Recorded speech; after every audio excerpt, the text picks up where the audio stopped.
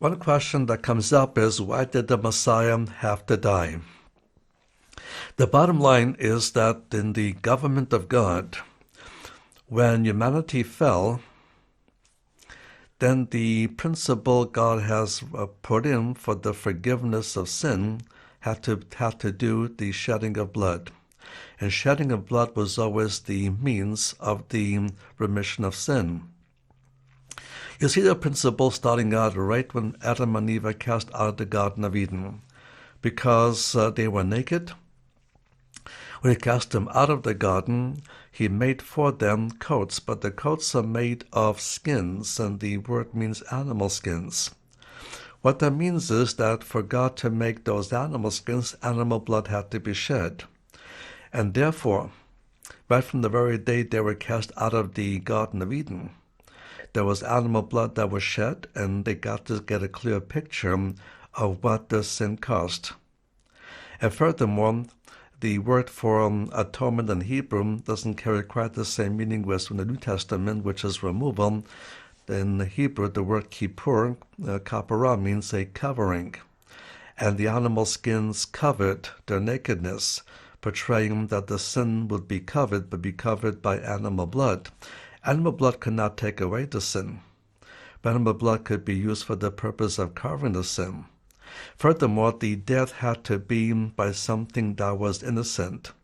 And one reason God would not accept human sacrifices because until the Messiah came, all descendants of Adam and Eve would be inheriting the sin nature that's passed down from generation to generation from Adam. And therefore, no one can die on behalf of another insofar as the atonement was concerned, because they were not innocent of sin themselves, but animals were innocent of sin, and therefore the animal blood would have to be shed to cover the sin of the person who's the sinner.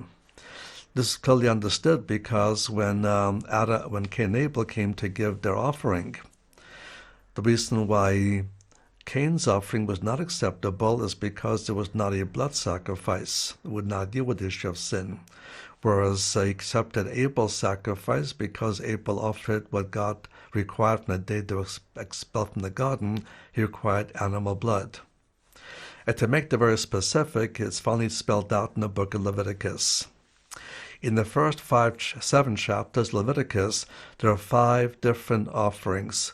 The first 4 were all blood sacrifices. The only difference is the meal offering. And God allowed a very poor person that couldn't afford to buy a simple blood offering, offer up a meal offering.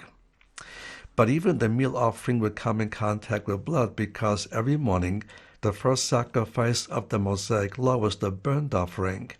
And then the meal offering was placed upon the burnt offering, and therefore even the meal offering would come in contact with blood.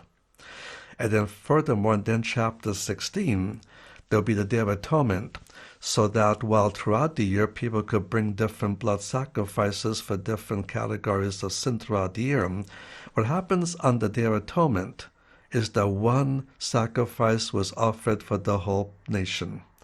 There's a common misconception on the Day of Atonement everybody brought their sin sacrifice. The answer is no. The sin sacrifices individually came throughout the year.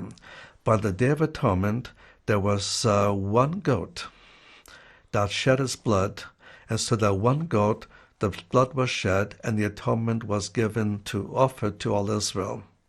And so the blood atonement of the goat was not limited, it was unlimited to all Israel, but was applied only to those who truly believe. So the provision of the atonement was unlimited, the application was limited to those who actually believed, and they received the covering of the sin.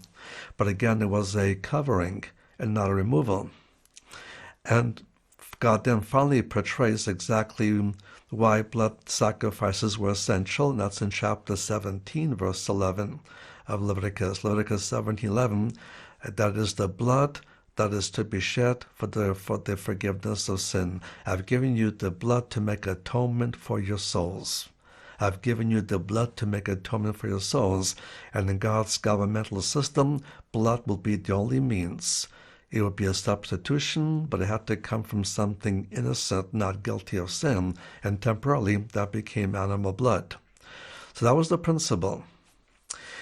So when God begins to give more and more messianic prophecies, finally a key prophecy is made in Isaiah chapter 53. The whole context is chapter 52, verse 13 through chapter 53, verse 12.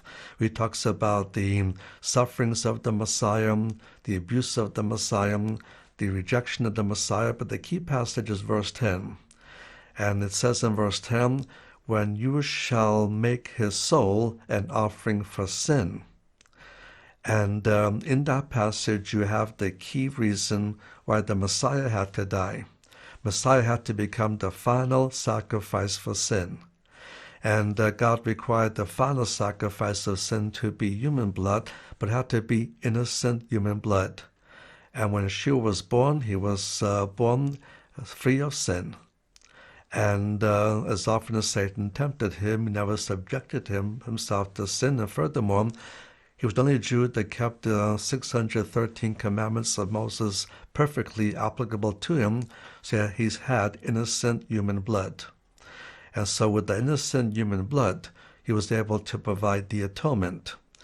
And like with the goat, the atonement of blood of the Messiah was shed for all. It was unlimited for all. But secondly, it's applied only to those who believe. And because this was the final sacrifice for sin and it was innocent human blood, at that point sin was no longer merely covered, it would be removed. So those who now believe, our sins are not merely covered, it is removed. And we have a new relationship with God that the Old Testament saint cannot experience. Here's the difference in the book of Hebrews. When the Old Testament saint offered up a sin sacrifice, he still walked away with a consciousness of a sin, because the sin was not taken away. He knew he was forgiven. His fellowship with God was restored, but he still walked away with a consciousness of sin, knowing you have to repeat the sacrifice again sometime later. So the animal blood could not cleanse the conscience of the Old Testament saints, but the blood of the Messiah not only removes our sin, it cleanses our conscience. The one act of belief, the one act of reception, forever removes our sin, and we have a unique relationship with God with a cleansed conscience, and not walk away with a feeling of guilt any further for what our past life was.